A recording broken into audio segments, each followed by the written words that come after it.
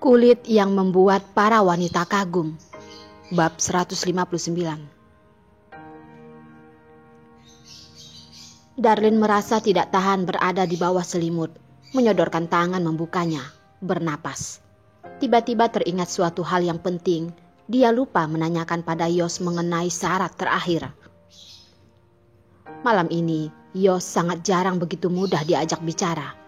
Dia malah melewatinya kesempatan yang begitu baik. Benar-benar salah. Tidak tahu karena ucapan Yos sebelum pergi atau karena ciuman itu. Darlin tidak mimpi buruk. Pagi hari saat dia bangun, Yos sudah kembali.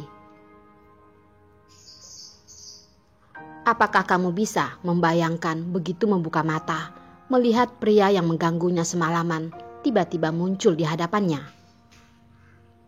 Sangat jelas, Darlin tidak bisa. Dia terkejut sampai hampir terjatuh dari ranjang. Untungnya, Yos sangat gesit dan langsung menahannya. Menghindari kemungkinan Darlin akan cacat kedua kalinya. Canggung, hal yang sangat canggung. Sekarang kalau ada sebuah lubang, Darlin pasti tanpa ragu masuk ke dalamnya. Tapi hidup tetap harus dijalani. Orang tetap harus dihadapi.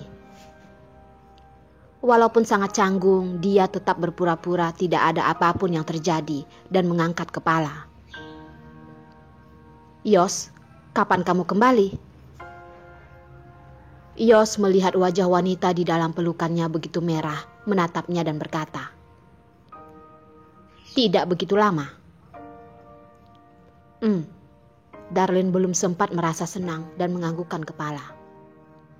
Pria di sampingnya kembali menunjukkan kemampuan bicaranya yang menusuk.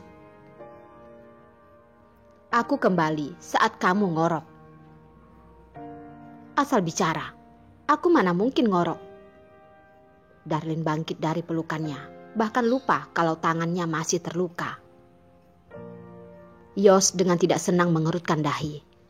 Melihat dia baik-baik saja, berkata, "Apakah ingin aku memutarkan rekamannya?" "Yos, kamu benar-benar tidak ada batasan ya, bahkan merekamku." Darlin merasa sangat tidak senang, langsung menghampirinya. "Cepat, serahkan ponselmu." "Aku tidak merekamnya." Tubuh Yos yang tinggi tiba-tiba mendekat. Di tatapan Darlin yang merah dan detakan jantung yang cepat, bibir tipis perlahan berkata, "Ada kotoran di matamu." Darlin merasa seluruh tubuhnya seperti disambar petir. Rohnya bahkan sudah terbang. Hatinya juga dingin. Bahkan memiliki keinginan untuk mati. Lalu Yos pun melihat Darlin seperti angin yang melewatinya. Pintu toilet pun dibanting, mengeluarkan suara yang sangat keras. Punggung Darlin menahan di pegangan pintu. Telinganya seperti mendengar suara tawa Yos. "Bajingan yang pantas mati," Darlin mengutuknya. Darlin sepertinya tidak percaya. Melangkah ke wastafel dengan serius melihat ke cermin. Menyadari di sudut matanya benar-benar ada kotoran. "Tuhan ingin membunuhku." Kata ini terbang dari atas kepalanya. Kenapa sisinya yang begitu kacau terlihat oleh Yos? Kenapa adalah dirinya? Kenapa dia ada kotoran mata? Apakah karena semalam tidak begitu minum air dan panas dalam? Setelah Darlin mencuci wajah, wajahnya masih panas. Bagaimanapun tetap tidak ingin keluar. Duduk di tutup kloset dan meragukan kehidupan. Apakah dia seharusnya pergi membeli lotre? Menundukkan kepala melihat penyikat kloset yang ada di samping kakinya. Dia sedang mempertimbangkan apakah dia harus langsung keluar atau tidak. Setelah memikirkan perbedaan mereka berdua yang terlalu besar, sudahlah, lebih baik hidup saja. "Keluar." Suara pria kalau seperti biasanya Darlin pasti akan menolak. Sekarang dia merasa suara Yos seperti hantu yang begitu mengerikan. Aku tidak mau. Yos, pergilah. Nanti aku akan menelpon Perlina untuk datang menjemputku. Darlene dengan suara yang lebih tinggi menjawab Yos.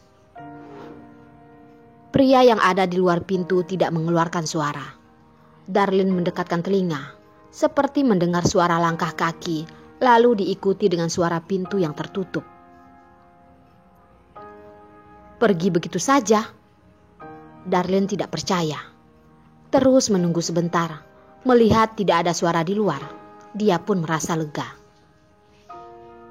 Darlene diam-diam membuka pintu, mengeluarkan kepalanya, melihat kamar yang kosong. Hatinya barulah benar-benar lega. Untung saja Yos sudah pergi. Kenapa begitu berharap aku pergi? Yos tidak pergi. Dia tahu betapa pemalunya wanita ini. Jadi sengaja mengeluarkan suara, lalu dengan tidak bersuara berjalan ke depan pintu toilet.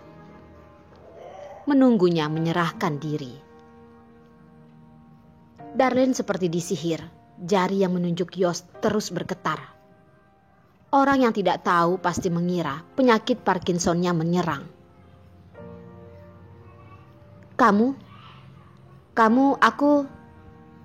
Dirimu seperti apa yang tidak pernah aku lihat? Kata Yos mengangkat tangan, menarik tangan putihnya, menggunakan tenaga yang ringan dan membuat seluruh tubuhnya jatuh ke pelukannya. Menundukkan kepala, bersandar di samping telinganya dengan menggoda berkata, termasuk saat kamu tidak memakai apapun. Suara yang keras, Darlene merasa kepalanya akan meledak. Suhu wajahnya seperti memanggang seluruh tubuhnya. Dengan tersendak berkata, Yos, kamu sudah gila. Pagi-pagi datang menggodanya. Bukannya dia adalah orang yang dingin. Apakah tidak bisa lebih profesional? Yos langsung menggendongnya kembali ke ranjang. Dengan tangan dan kaki yang panjang memeluknya. Tidak membiarkannya bergerak. Nada yang rendah sepertinya terdengar mengantuk. Dia berkata, temani aku tidur sebentar. Tubuh Darlene yang terus bergerak pun berhenti karena ucapan Yos ini. Dia menyadari, melihat Yos dengan jarak begitu dekat. Matanya terlihat lelah. Bagian dagunya juga tumbuh sedikit jenggot. Terhadap dia yang suka bersih, tidak membersihkan dan langsung datang kemari. Pasti Yos tidak tidur semalaman. Makanya pagi ini dia datang begitu awal. Darlene pun merasa tidak tega dengan patuh seperti seekor kucing berada di dalam pelukannya. Ingin mengingatkannya kalau tidak peduli betapa sibuk harus memperhatikan kesehatannya. Membuka mulut dan merasa tidak cocok. Akhirnya pun menutup mulutnya kembali. Yos tidak tidur semalaman setelah membereskan masalah Leo.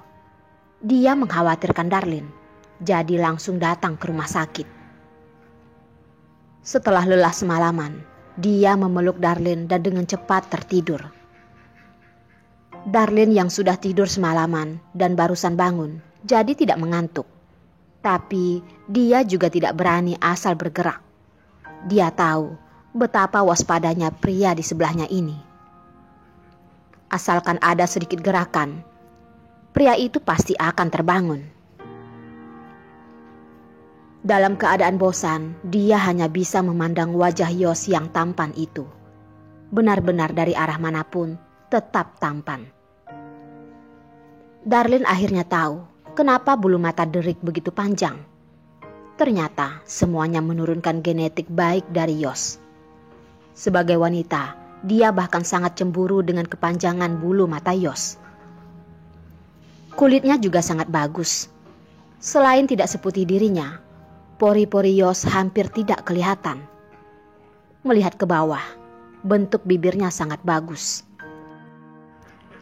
Membuat dia merasa malu sebagai seorang wanita.